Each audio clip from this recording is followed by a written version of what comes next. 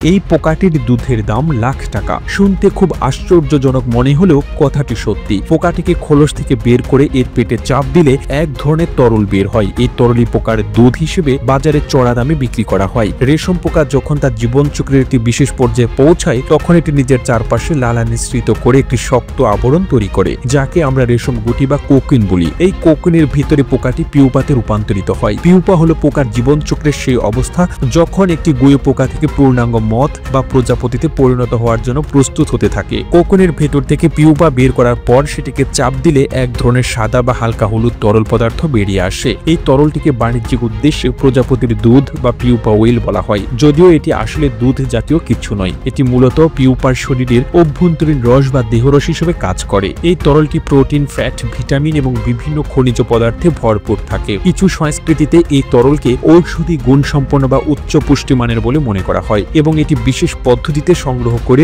বিভিন্ন খাদ্যপণ্য ও প্রসাধনী তৈরিতে ব্যবহার করা হয়। এর বিরলতা এবং প্রক্রিয়াকরণের পদ্ধতির কারণে কখনো কখনো এর দাম বেশ চওড়া হতে পারে, বিশেষ করে যখন এটিকে পুষ্টিগুণ সমৃদ্ধ সুপার ফুড হিসেবে বাজারজাত করা হয়। শুধুমাত্র এই তরলই নয়, পুরো পিউপাটিও খাদ্য হিসেবে বিভিন্ন দেশে বেশ জনপ্রিয়, বিশেষ করে পূর্ব এশিয়া যেমন চীন, জাপান, কোরিয়া, থাইল্যান্ড এবং আরো কিছু অঞ্চলে রেশম পিউপা একটি প্রোটিন সমৃদ্ধ খাবার হিসেবে পরিচিত। এটি ভেজে, সিদ্ধ করে বা সুপে দিয়েও খাওয়া হয়। পিউপাতে প্রচুর পরিমাণে প্রোটিন, ফ্যাট, ভিটামিন এবং খনিজ যেমন আয়রন, ক্যালসিয়াম, জিঙ্ক থাকে। আমিষের চাহিদা মেটাতে এটিকে একটি ভালো বিকল্প ধরা হয় অনেক দেশে। রেশম পিউপার ব্যবহার শুধু মানুষের খাদ্য হিসেবে সীমাবদ্ধ নয়। এর উচ্চ প্রোটিন উপাদানের কারণে এটি পশু খাদ্য, বিশেষ করে মাছ এবং মুরগির খাবার হিসেবে ব্যবহৃত হয়। এটি পশু খাদ্যের পুষ্টিগুণ বাড়াতে আরো সাহায্য করে এবং তুলনামূলকভাবে সস্তা হওয়ায় খামারিদের জন্য লাভজনক বটে। এছাড়া পিউপা থেকে যে তেল নিষ্কাশন করা হয় তা বায়োডিজেল তৈরি বা শিল্পক্ষেত্রে অন্য কোনো কাজে লাগানোর সম্ভাবনা নিয়ে গবেষণা চলছে। কিছু ক্ষেত্রে এই তেল প্রসাধনী হিসেবে ব্যবহৃত হয়, কারণ এতে ত্বকের জন্য উপকারী কিছু ফ্যাটি অ্যাসিড রয়েছে।